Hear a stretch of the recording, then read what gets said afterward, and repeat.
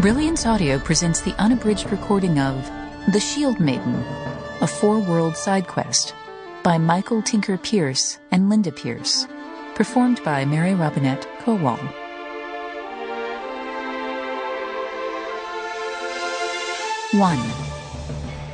Light from the rotund moon reflected off the ocean on the outboard side, allowing them to keep the longship oriented.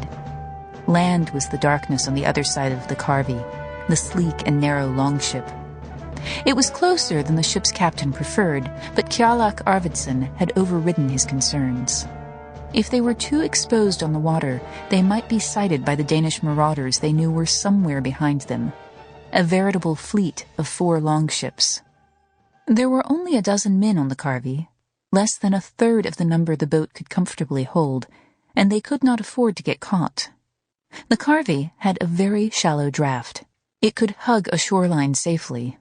If they were spotted, they could beach the boat easily, too, and head inland.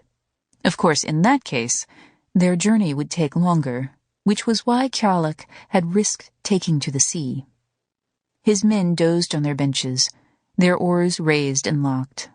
Kowal sat in the stern, staring out at the moon-dappled water. Beside him, Halldor, his second, leaned against the raised tail of the ship, snoring occasionally. The wind was behind them, and it pushed gently against their sail. There was a current, too, and the combination of wind and water propelled the boat at a steady pace. It felt like a good omen. Kowal had risked sailing at night in order to make up for the time they had lost a few days ago when a northern storm had driven them aground. They were expected in Visby, and were already overdue. A tremor ran through the hull of the Carvey, and Halldor stirred beside him.